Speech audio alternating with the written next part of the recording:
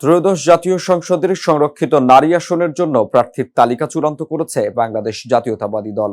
2 দিনব্যাপী সাক্ষাৎকার গ্রহণ শেষে 36 জনের মনোনয়ন নিশ্চিত করেছে দলটি। আজ দুপুরে বিএনপির সিনিয়র যুগ্ম মহাসচিব রুহুল কবির রিজভী এ তথ্য জানিয়েছেন। রিজভী জানান, সংরক্ষিত নারী আসনে মনোনয়ন দিতে জাতীয় কমিটির সদস্যরা 2 দিনব্যাপী সাক্ষাৎকার গ্রহণ করেছেন। সাক্ষাৎকার শেষে মনোনয়ন বোর্ড 36 জনকে মনোনীত করেছেন।